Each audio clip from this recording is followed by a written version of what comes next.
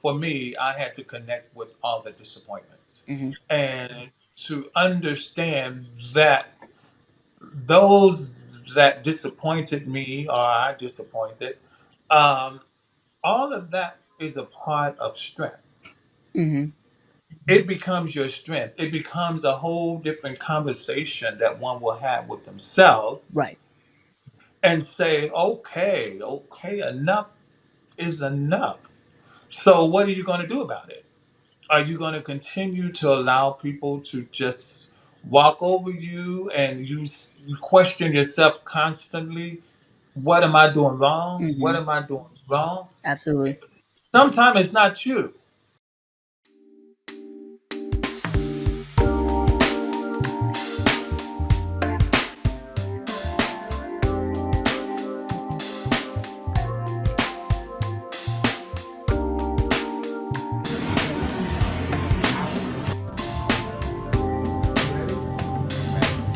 You need to say, Phil, I'm ready.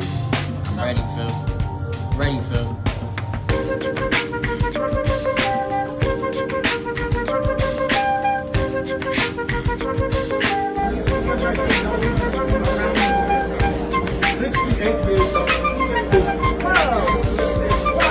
Hello, everyone, and welcome to Nails and Beauty Talk. I am your host, Asia the Bird. Today, we have a very special guest with us today. He is a fashion designer and jewelry designer. Please welcome Phil Harris. Hello, Phil, and how are you? Hello, how are you? I'm doing well. I'm doing great. Well, good. I am ready to. Well, first off, let's get started with me asking where you originally from and tell us a little about your upbringing. Okay, my upbringing. Yep. Yeah, so I'm born and raised in Indianapolis, Indiana, Hmm. and I start I start singing when I was very, very, very young, and I lost my voice, at some point, and then that's when I really decided to, I didn't have anything else that I really wanted to do, so Hmm. I just kind of connected with designing jewelry.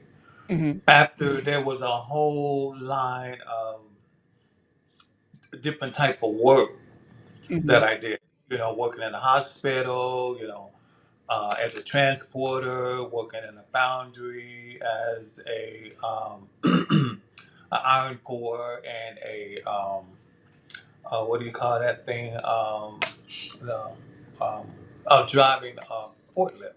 Hmm. Yeah, so I did all that, but but my first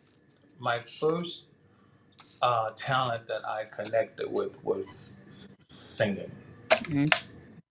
Yeah, Yeah, yeah. that's really, really, really, really amazing.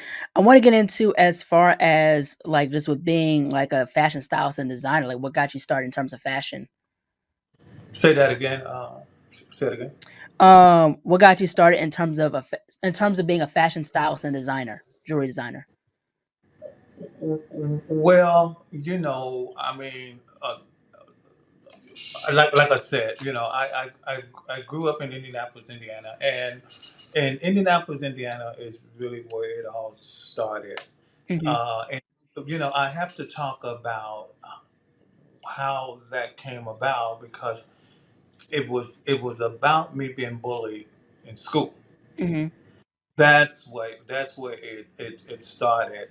And as a child, I just really didn't know exactly what is it that I wanted to do. I was always good at what I did, but because I was so good at it, I was also bullied. Mm. So the bulliness really affected my life, as a little boy, to the point where I was being so bullied that it really stopped me from wanting to do what I enjoy doing because I was afraid of being bullied. Hmm. And I could have taken up for myself, but I didn't really want to because the bullies would have came after my mother and my family. Right. Uh, one of the bullies, I mean, one of the bullies, he actually shot his own brother in the head. Wow. So that terrified me. And the thing of it is that I, you know, as I got older, I realized that I was trying to protect my mother. But all along, she was sleeping with the enemy. My stepfather Mm, is the one that shot her. mm, So, there's more to the story, but that kind of, you know, put a little, you know, twist on it where it kind of mm, makes sense. mm. Yeah. So you start out as a jewelry designer for Phyllis Hyman. So tell us about your experience with working with the singer Phyllis Hyman. Well, I started out in Indianapolis, Indiana, Mm-hmm. as, as a jewelry designer. Mm-hmm. And how that came about is one day I went over to a friend of mine, and just so happened to be a female impersonator. And, she had saw me kind of struggle, Mm-hmm. and then at some point one day I went over there and uh, sh- she said to me, Phil, you're very, very talented, have you ever thought about designing jewelry? And I thought jewelry was something that was machinery made. Mm-hmm. So I never really even thought about it. It wasn't something that I was interested in doing. I've always liked to dress. I've always liked to wear some type of statement piece. Right. It was very small, but for some reason, excuse me, but for some reason, it was always noticed. Everybody always noticed. Phil, you have on something different, even though it was very small. Right. But to answer your question, it started with Terry Livingston. Mm-hmm. Terry Livingston was a female impersonator, someone that I really looked up to. I had never seen a female impersonator before, Right. but Terry Livingston and I became very friends, and he was the one that told me, Phil, you have this talent. It's amazing. I do believe that you could design jewelry. Right. And I said, well, okay. So he went and bought an earring that he had made. Mm-hmm. And he said, Phil, I'm gonna show you this earring. I didn't make it, but someone made it for me. I want you to take the earring. I want you to take it home, study it, and see what you can do with it. Okay, I took the earring home. I studied it. I didn't make that earring, but I made another earring. Mm-hmm. And the earring that I made, he ended up wearing it Mm-hmm. in his show. And from that point on, that's when I realized that, wow, I've connected with something. I'm going to be a jewelry designer. Mm-hmm. So it started in Indianapolis, and it just kind of worked its way through Indianapolis, and I ended up my first sale was in a very exclusive store called Guinea and Jenny's. It was in Indianapolis, Indiana. Mm-hmm. My first collection, I used to call it hardware. Mm-hmm. Hardware. That was the first collection because I didn't know what to call it. So it went from hardware to Baroque. Mm-hmm. And then one day, one of the buyers that was going to take in my jewelry at Guineas and Jenny's said, Phil, do you know what that word means? And I said, no, I don't. I just came up with a word. She said, well, it means a period in time. She said, it make perfectly sense why your jewelry looked the way that it looked. It's interesting that you didn't know what this word meant, but it means a period in time. So I just kind of followed that. That Mm-hmm. allowed me to, Indianapolis didn't have the resources at the time that I needed to make my jewelry as I was moving into this, this new journey. Indianapolis didn't have the resources, and I started by going to vintage stores and Mm-hmm. just taking jewelry apart, or getting jewelry that was 99 cents and taking it apart and adding my own, little whatever it was to it. And then when I finally came to New York one day and I saw all the resources, well, I had already built a nice foundation for myself. Mm-hmm. So now it's all about me now, just adding that foundation that I've already built Right. on to the coming to New York and being able to see all these resources that I have, and that allowed my creativity to just continue to grow, you Mm-hmm. know. And so that's where that came from. So I came back and forth to New York City, um, buying stuff, wholesale.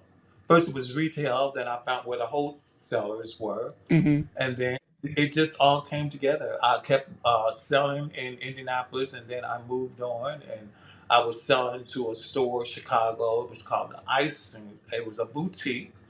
And then I was, working with different people, in Indianapolis, different musical plays and that type of thing. And the more I was doing this, the more I was understanding that this is what I was supposed to be doing. Wow. So I met Phyllis Hyman. Mm-hmm. I met Phyllis Hyman at a concert she was doing at Clues Hall in Indianapolis, Indiana. Mm-hmm. Unfortunately, I did not see her performance. uh, the friend of mine that I was with, we were late, so we didn't see Mm-hmm. it. So I caught Phyllis coming off the stage, and I had made a big brooch. And Phyllis, she said, "You." I said, "Who?" She said, "You." She said, I want that brooch."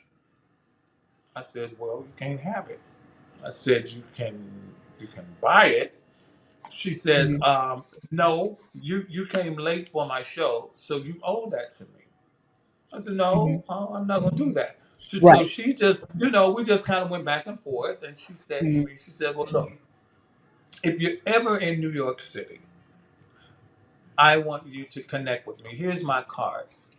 I said, "Oh, okay. So if I ever come to New York, I will connect with you." And so when I decided to move to New York, Phyllis Hyman was the first person that I called when I got here. And she said, when I called her, she says, I said, "Miss Hyman, this is Phil Harris." She says, "Oh yeah, I remember you from Indianapolis. You're the jewelry guy." I said, Mm-hmm. "Yes, I'm the jewelry designer." And I'm not going to tell you what she said, but she said, "Get your ass over here. I'm at 56 and Broadway." Mm-hmm. Now, this is my first time, being in New York, so I was a nervous wreck. She Right. said, "This is what I want you to do. I want you to come to 56 and Broadway, and then I want you to just have the doorman to call me, and someone will come and pick you up."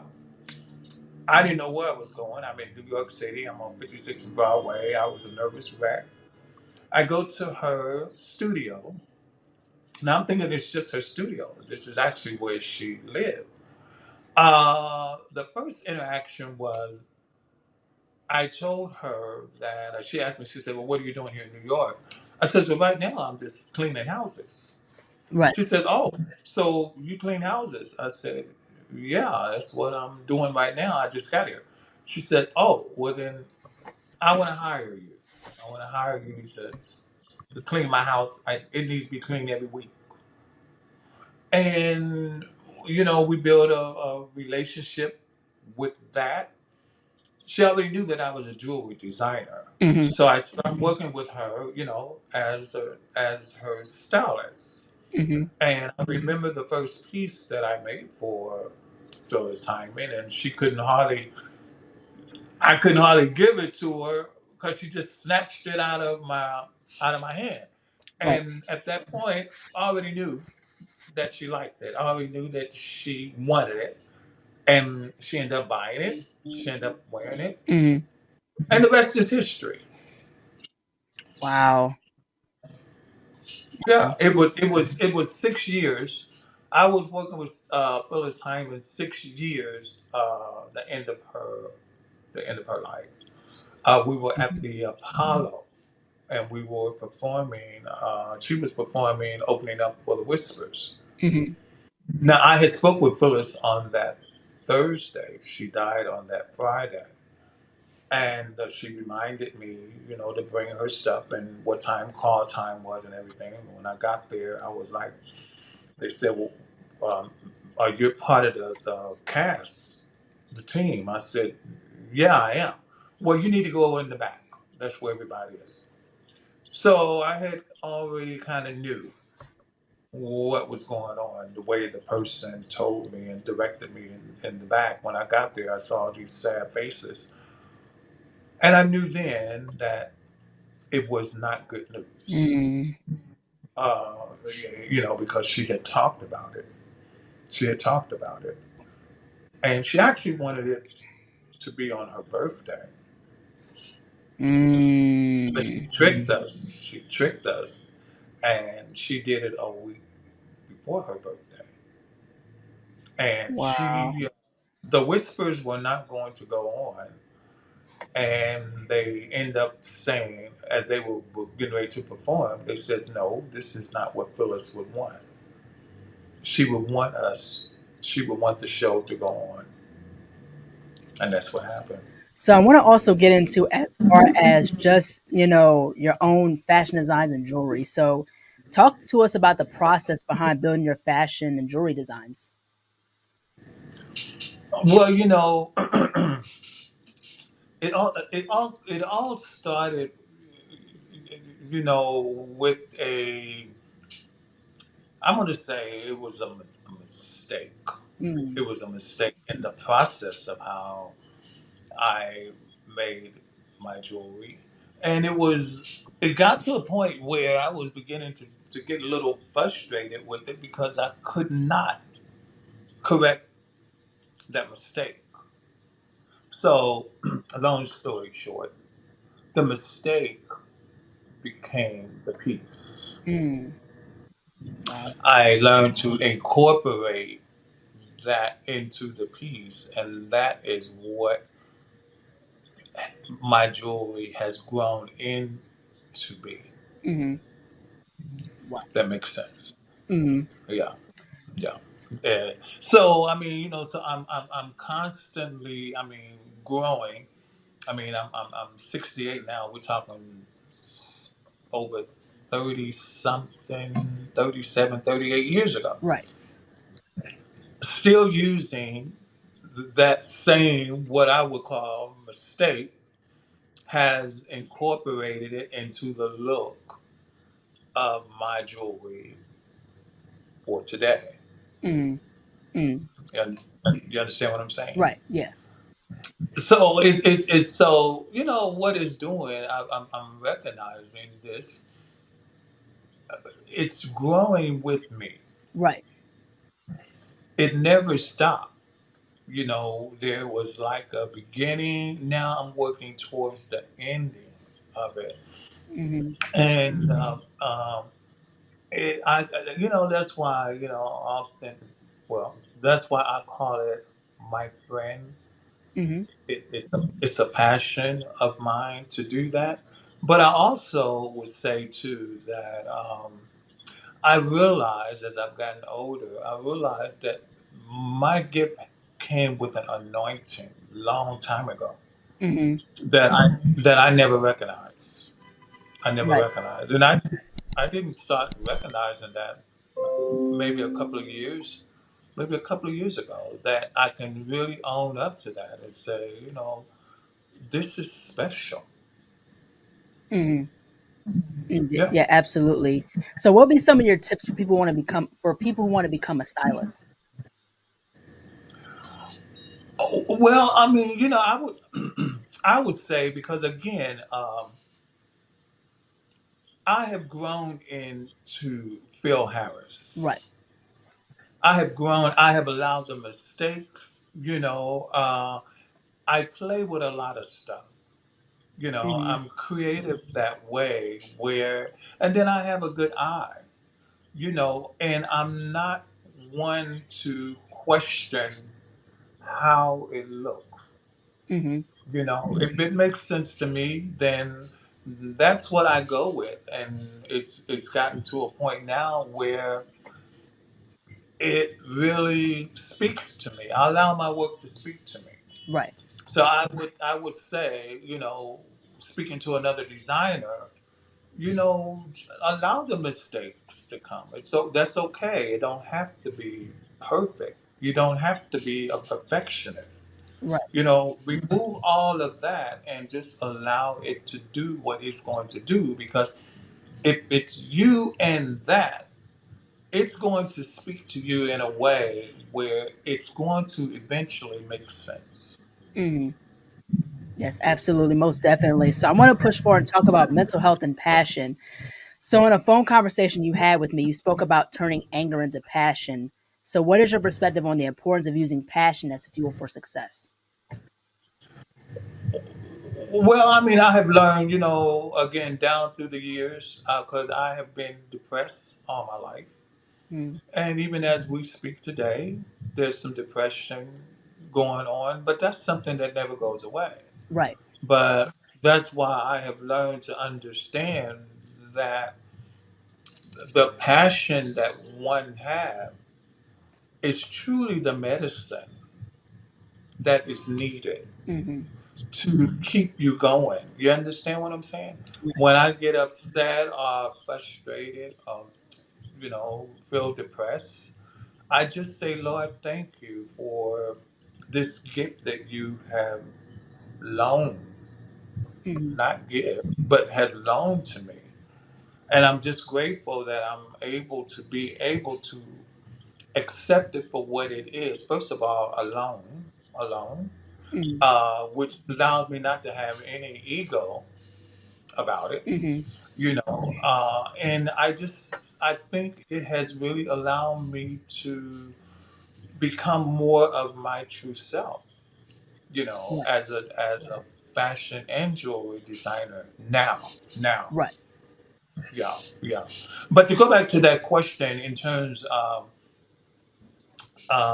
depression and passionate and how all that comes together, is that at some point, I have told myself, even this morning, I get up every morning and I say, Lord, thank you. Hmm. Thank you. If this is all that you have for me, then I'm just going to take the time and say thank you. Hmm. Because I truly feel that I'm blessed. Hmm. I feel that I'm rich. And when I say that, I'm rich in the spirit. Right. I've always felt that way, but it is a passion is something that is very, very important in all of our lives. Right. If you can connect with that and allow that to become your friend, wow, that's a blessing within itself. Hmm. Yeah, yeah, absolutely, Yeah. most definitely. And I think also too with, mental health, I think mental health is such a big topic now, especially within my generation as far as talking about anxiety, depression. And the thing is I think it's very important in terms of no matter what you go through, and this is something that I'm learning myself, is really Hmm. like take what you go through and put it into your passion, like put it into your artwork and things like that. Express that through what you create. So, and that's the thing with us as creatives is that, we feel some sort of way, we put it into a body of work. So that's definitely important. Well, the depression is no joke. Right, Let's not get that twisted. right. Depression is no joke. Like I told you when we were talking about this, I told you I was going to be real. Uh, back in 2000 and back in 2003, I tried to take my life 15 times. Mm, Tried to take my life 15 times in 2003.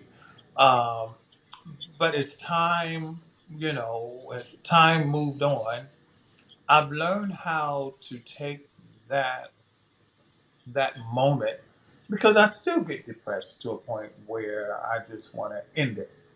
But mm, I have allowed that mediator, which is my passion. You understand what I'm saying? right. To come in and break all of that doubtfulness that I had in myself Hmm. and say, Bill, you're better than that. You're stronger than that. This is another voice. This is that inner voice that we all have. Right. That sometimes we don't pay attention to it because sometimes we're afraid of it. We get very intimidated, Hmm. by it. But for me, it has worked for me because I have been through hell. Hmm. My first suicide attempt, I lost my sense of smell and taste. Wow. I still don't have it today, Mm, you know. But I'm learning how to understand that sometimes when we think that we're falling so low, mm-hmm. we don't really understand. As low as we're falling, the higher we are climbing. You Yeah. understand what I'm saying? And I have learned to really connect with not so much of the fall, Mm-hmm. but how much I have climbed. Right. And it really helps me to just stay focused and want to stay connected with that friend of mine that I'll call my passion, Right.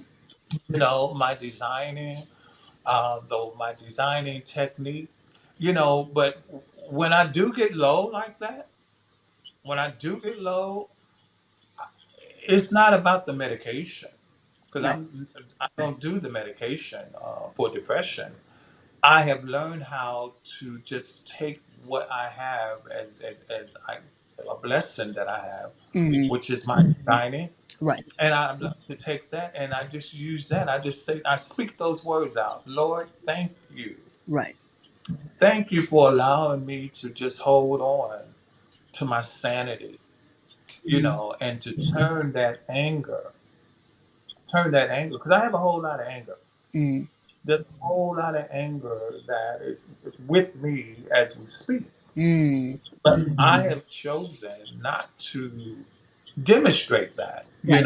and that's the wonderful thing about what I have learned about Phil Harris is that I've learned how to challenge all of that into something beautiful. Mm-hmm. Yeah. Yeah. Yes, absolutely. Most definitely. I want to also get into self-love. Now we're still, now that we're on the topic. You've also talked about, being married to you, like, valuing yourself and things of that nature. So what has been your personal journey into self-love, and how does one develop love for oneself?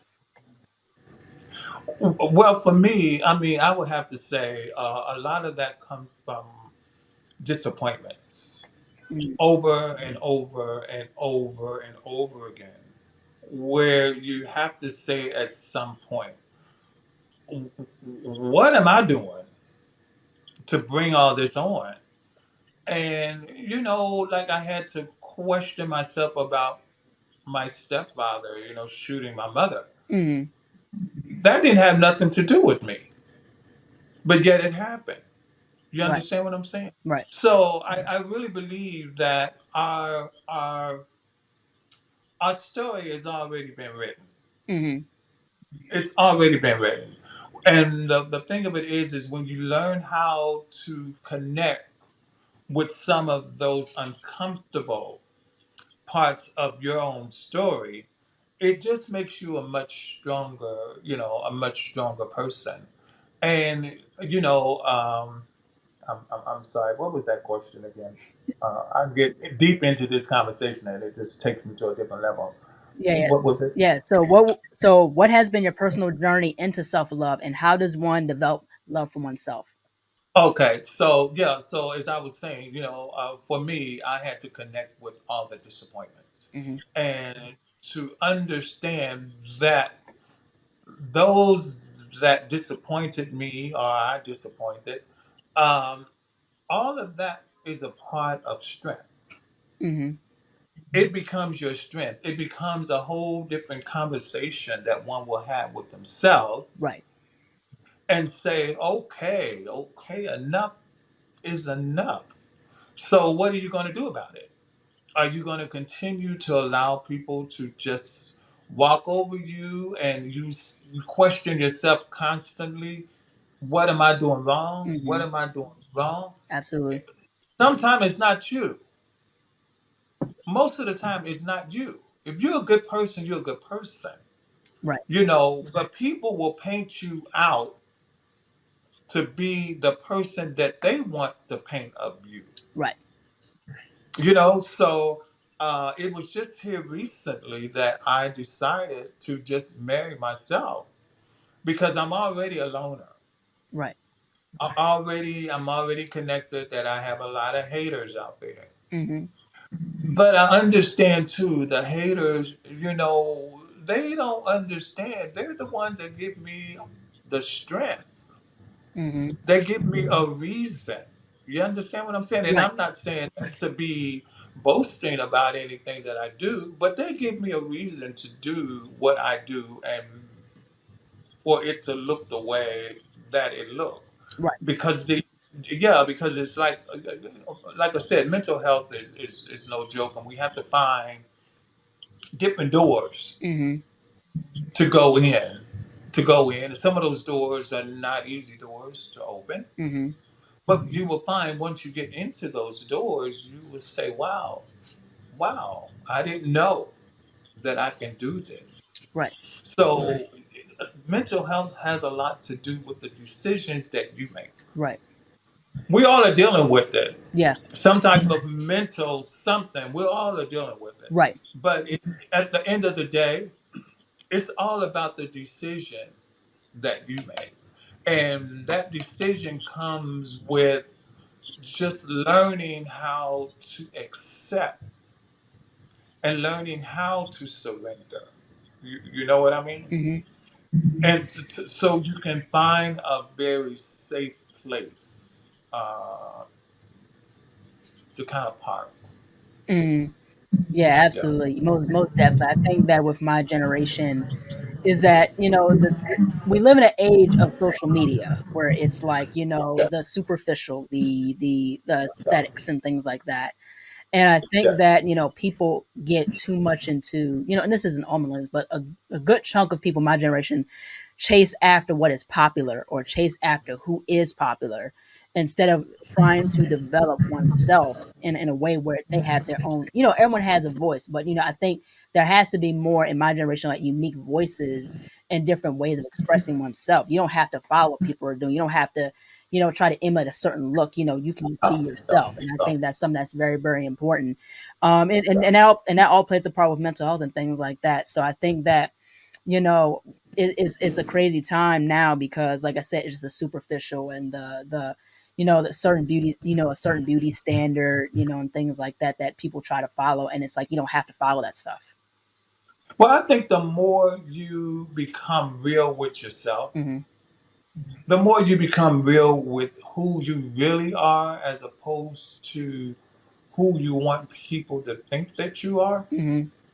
I find that that works for me because it allowed me to just be me. Right. I don't have to put on, and that's why I'm very open, with my struggles, with my challenges. I'm very open with that because if I can help someone else Right. to to get through it, Right. and a lot of people, they're afraid of their own story. Mm. I'm not afraid of my story because my story is what made me the man that I am today. Absolutely. That story. But I had to first get comfortable with that story. I have spoken to, different influencers, on social media and kind of shared a little bit, about my story. And I didn't hear nothing else from them. And my whole point of bringing that up is that people don't want to hear real truth. Right. And I'm going to say this: if you're not a celebrity and you're trying to tell your story, you can forget about it. Right. You can forget about it because Mm. it's not important. No, we're all important. Absolutely. We all are important. Absolutely. I mean, my life has been through hell, but when you go on my Instagram, I don't demonstrate any of my pain. And as I've shared with you before, I have neuropathy and arthritis and that other thing that comes with it. I got all of that going on in my feet. But when people see me walking, they will say to me, Mr. Harris, I thought you told me your feet hurt. They do hurt. Hmm. They do hurt. But it just let me know what the body is capable of doing, Right. what the mind is capable of doing. I endure a lot of pain in my everyday life. Even as I'm speaking to you, my feet hurt. Mm. My feet hurt all the time. I shared that with you the other day. Yeah. My feet hurt all the time.